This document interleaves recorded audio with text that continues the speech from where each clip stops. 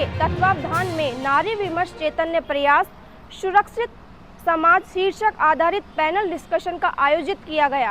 बेटियों की सुरक्षा के लिए आयोजित इस चिंतन में जयपुर शहर सांसद मंजू शर्मा, खाद्य सुरक्षा अतिरिक्त आयुक्त पंकज ओझा, फिजिशियन डॉक्टर शीला अग्रवाल, महेश नगर के थाना प्रभारी कविता शर्मा, अर्थ एसोसिएशन की डायरेक्टर डॉक्टर हेमलता शर्मा और परिष्कार कॉलेज के डायरेक्टर डॉक्टर राघव प्रकाश ने विषय आधारित विचार व्यक्त किए। इससे पहले कॉलेज के स्टूडेंट फैकल्टी ग्रुप्स ने भी समस्या और समाधान आधारित बात की। स्टूडेंट्स ने बहुत ही कम समय में लगभग सभी टॉपिक्स कवर कर लिए और क्योंकि आगे हमारे देश का भविष्य ही बच्चे ही हैं, तो मेरे मन की सारी बातें इन सब ने कही।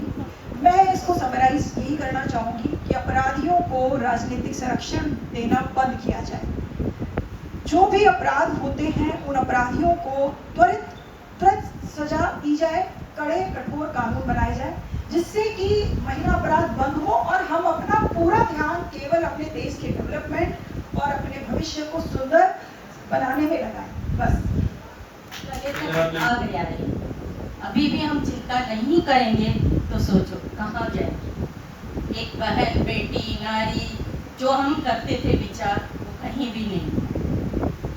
अभी भी हर जगह लिखा जाता है महिला सम्मान, महिला सशक्तिकरण और उसका पालन नहीं होता है।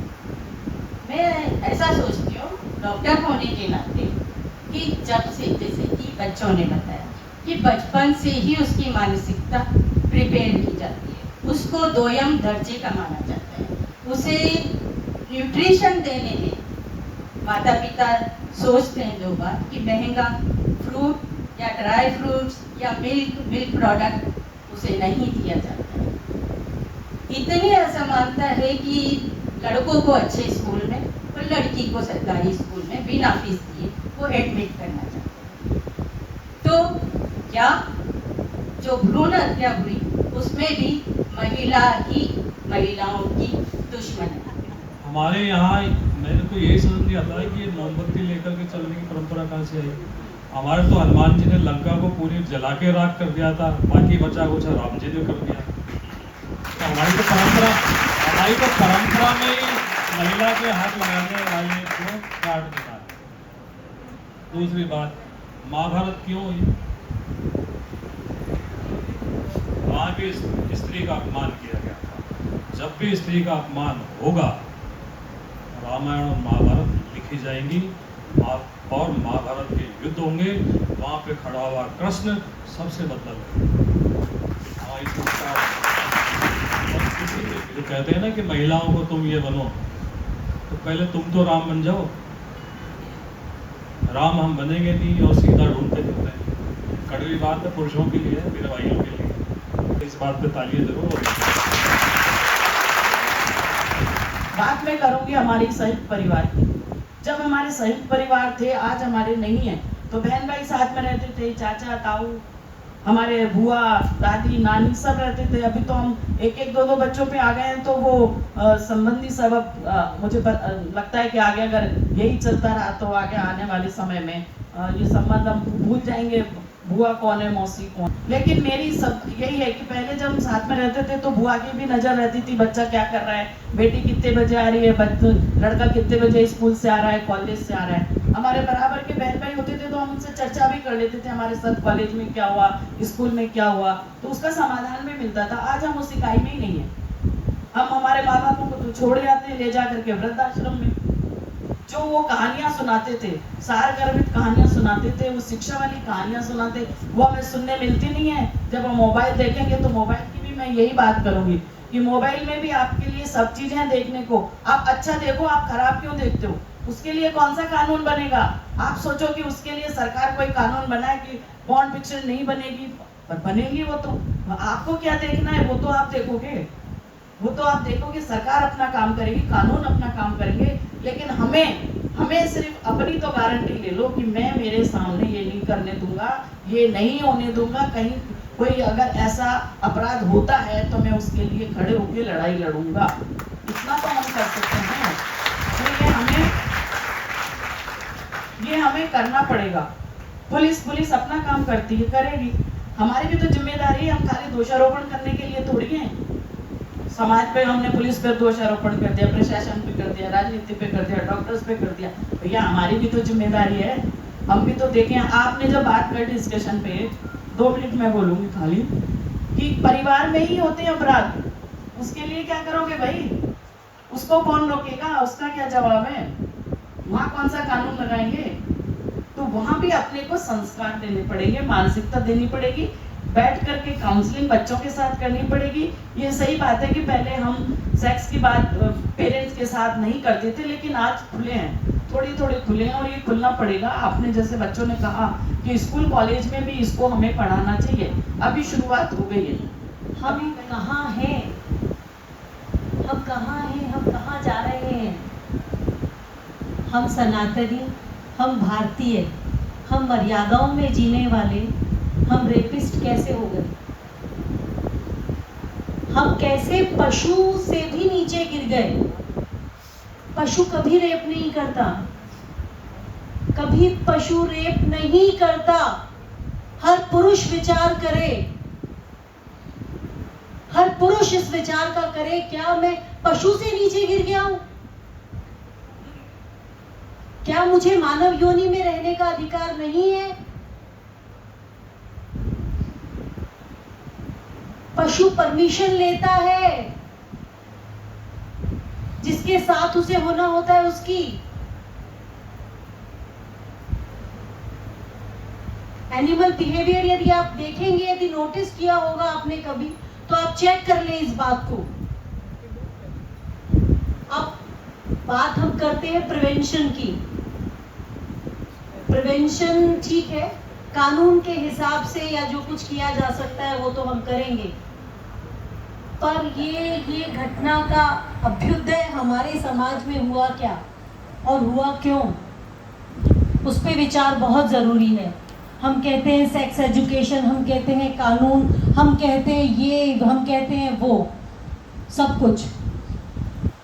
सबसे पहले विचार मैं और मेरे विचार कहाँ से बनते हैं? 5 इंद्रियों से बनते हैं मेरे विचार। हमने उन 5 इंद्रियों को दूषित कर दिया है।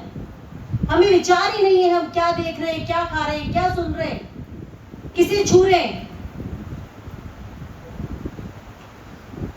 पातंजलि योग पढ़ लीजिए, बच्चों से मेरा निवेदन है हाथ जोड़ के कि पातंजलि पढ़िए। How you can control yourself, how can you set your limit, find out. जैसा खाओगे वैसा ही मन बनेगा, पुराने लोगों का विचार है। तो जैसा इंद्रियों से भोग लोगे वैसा ही भोगोगे, वही नियति होने वाली है। हम पुलिस वाले बॉडी लैंग्वेज देखते हैं,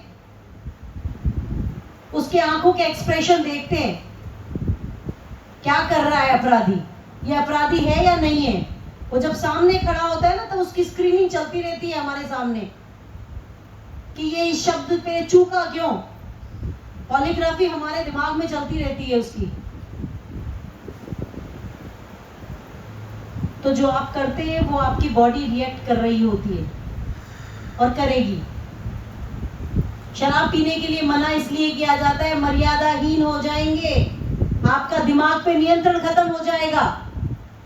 फिर आपको बहन नहीं दिखेगी, बेटी नहीं दिखेगी, माँ नहीं दिखेगी, फिर आपको एक नारी दिखेगी, वो सिर्फ एक स्त्री दिखेगी। पानी का ऊपर चढ़ाना मुश्किल है, नीचे गिरना आसान है। उत्थान मुश्किल है, पतन बहुत आसान है।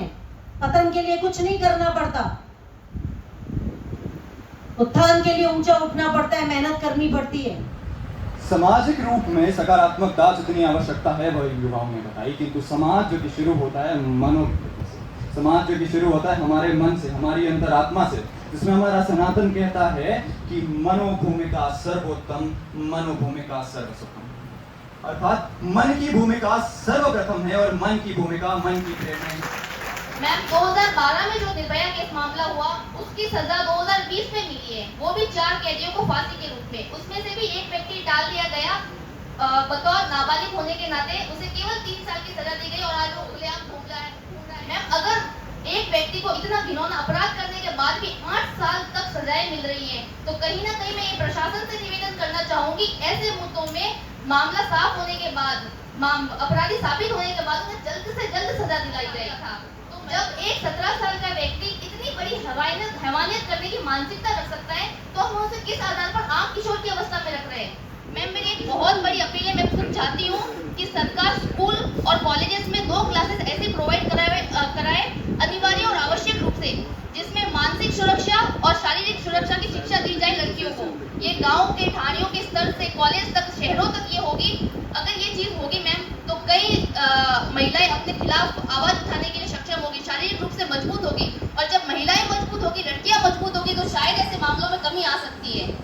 अभी रिपोर्ट प्रकाशित हुई है हेमा समिति रिपोर्ट करके, एक विशिष्ट स्थान जो फिल्म इंडस्ट्री आती है, उद्योग आता है हमारा, उसमें भी जो कार्य स्तर पर जो दुष्कर्म देखने को मिलते हैं उनको उजागर नहीं किया जाता है। इसमें क्या होता है, एक कास्टिंग करके प्रक्रिया चलती है। कोई भी एक्टर जब अभिनेता बनता है उससे पहले वो चाहता है कि मैं मूवी बनाने के लिए रेडी हूँ, पर इसमें प्रक्रिया में उसे यौन संबंध बनाना पड़ते हैं, जो एक मूवी के अंदर पूरा एक इंडस्ट्री बनी हुई माफिया की। इसमें मलयालम इंडस्ट्री हमारे सामने अभी रिपोर्ट प्रकाशित हुई है, केरल सरकार को दी गई है।